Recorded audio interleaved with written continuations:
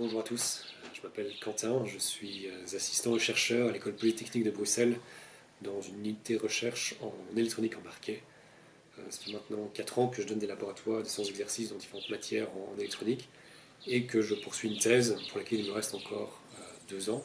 Le sujet de cette thèse, c'est le passage des circuits intégrés en 3 dimensions. Et pour mieux vous expliquer en quoi ça consiste exactement, ce que c'est un circuit intégré, déjà pour commencer, et ce que ça signifie le passer en 3 dimensions, je vais vous passer juste une petite vidéo que j'ai eu l'occasion de réaliser lors de ma participation au concours Ma thèse en 180 secondes l'année dernière. Je pense que ce sera plus clair que si je vous présente ainsi improvisé.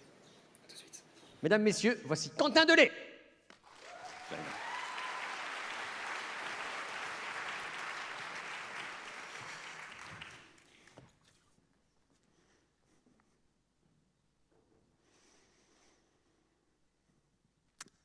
Vous n'en avez pas marre que votre téléphone mette une éternité à charger votre application favorite.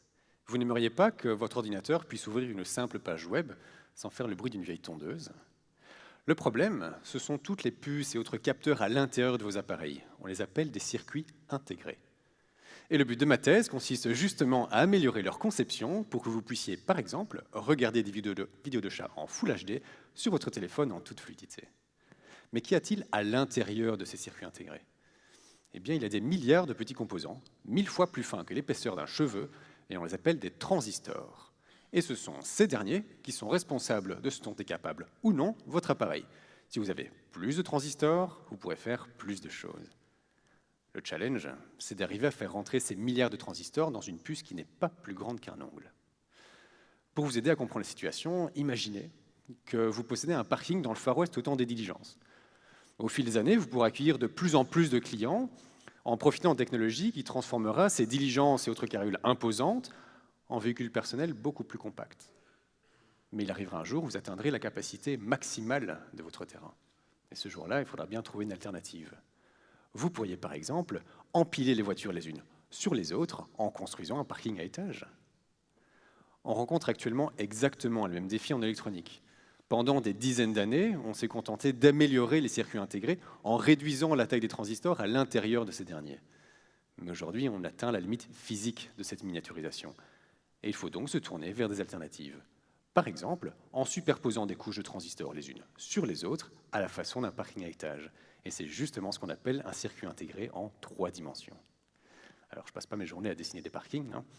Le but de ma recherche consiste à développer un ensemble d'outils informatiques permettant d'automatiser et d'optimiser le partitionnement de ces systèmes pour pouvoir fabriquer des circuits en 3D les plus efficaces et les plus performants possibles. Mais c'est quoi le partitionnement au juste ? Eh bien, je pars d'un circuit intégré en 2 dimensions, c'est-à-dire avec tous les transistors sur une seule couche, les uns à côté des autres, et le partitionnement consiste à le découper en 2 morceaux de façon optimisée, c'est-à-dire, par exemple, en essayant d'avoir le moins de connexions possible entre les 2 couches qu'on veut superposer. Alors, pour y arriver, il faut que je me tienne au courant de ce que font d'autres scientifiques un peu partout dans le monde. Et donc, tout comme mes collègues dans plein de domaines différents, je passe de longues journées à chercher et à lire des articles scientifiques. J'utilise ensuite toute cette connaissance pour y ajouter mon grain de sel et développer de nouvelles méthodes que je peux enfin simuler sur mon petit ordinateur. D'ailleurs, j'espère qu'il profitera vite des résultats de ma recherche, parce qu'il commence à être très lent et ressemble de plus en plus à une vieille tondeuse. Bonne soirée.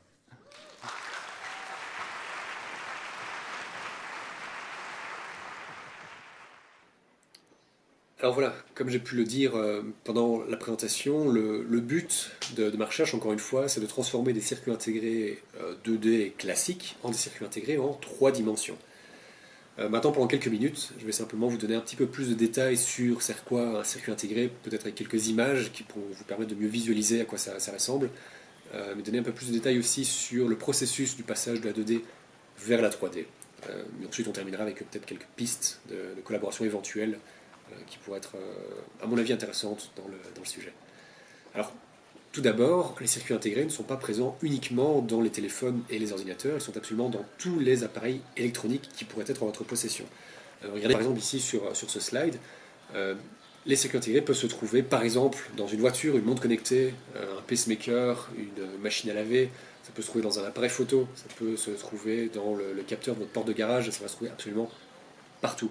Alors si on prend un exemple plus précis, par exemple pour l'appareil photo, pour reprendre l'application classique pour les circuits intégrés, si on regarde à l'intérieur, en dessous de votre écran, vous aurez ce qu'on appelle une carte mère, donc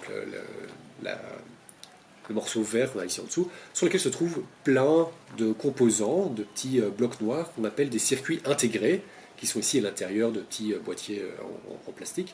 Mais ces circuits intégrés peuvent avoir plein de fonctions différentes. Ça peut être tout simplement la mémoire de votre téléphone, ça peut être le capteur GPS ou le gyroscope de votre téléphone, ça pourrait être le processeur qui permettra de jouer une vidéo ou de lancer un jeu, ça pourrait être le contrôleur de votre carte SD ou de votre carte SIM, le contrôleur de charge de votre port USB, ça peut être absolument tout et n'importe quoi, il y en a des dizaines dans votre téléphone. Si on en prend un en particulier, qu'on regarde à l'intérieur à quoi ça va ressembler, ça va ressembler à ceci.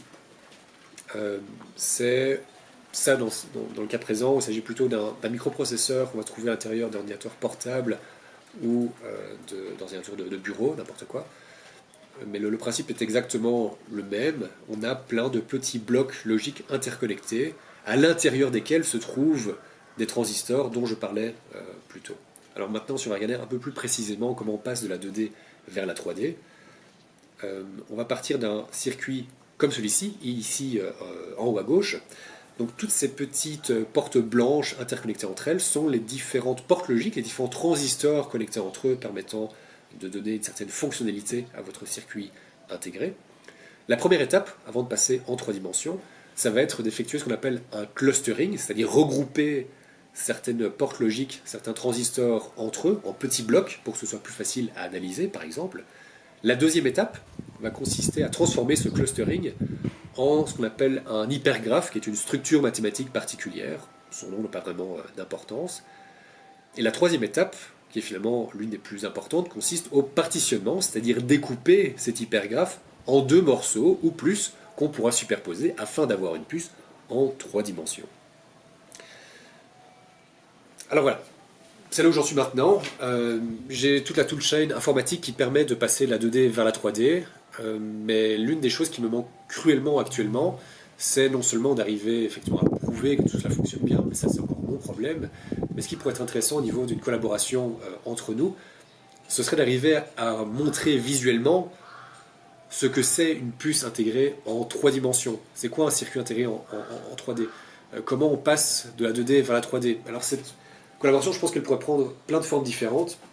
Ça pourrait être par exemple une simple, entre guillemets, simple illustration fixe qui va montrer une belle puce en 3D ou la comparaison 2D vers la 3D. Ça pourrait être une animation qui va transformer un circuit intégré en 2D, comme je vous le montrais tout à l'heure, vers un circuit intégré en 3 dimensions, peut-être en montrant aussi les connexions entre les différentes couches. Ça pourrait être éventuellement des réalisations physiques, comme j'en parlais dans mon résumé que vous avez peut-être eu l'occasion de parcourir. Je pensais par exemple à un puzzle qui pourrait s'assembler à la fois en 2D et en 3D, montrant la transformation du circuit qui n'est finalement qu'un réagencement de ce qui existe déjà, sans rajouter ou retirer des morceaux du circuit de la 2D lorsqu'on passe vers la 3D. Comme vous l'avez vu ici, mon dernier slide, je suis genre pas très bon en illustration et en art visuel en général. Et justement, j'espère que cette collaboration pourra amener vers une vulgarisation plus claire de ma recherche, qui, à mon avis, est l'un des objectifs les plus essentiels aussi dans la recherche, non seulement d'arriver à communiquer avec ses pairs, mais aussi avec communiquer avec un public plus large et pas forcément initié, notamment via les arts visuels. J'espère que cette présentation aura été suffisamment claire pour que vous vous y intéressiez. J'espère qu'on pourra en parler très rapidement. Encore désolé de ne pas avoir pu être là aujourd'hui, mais je vous souhaite néanmoins une très bonne journée. Au revoir.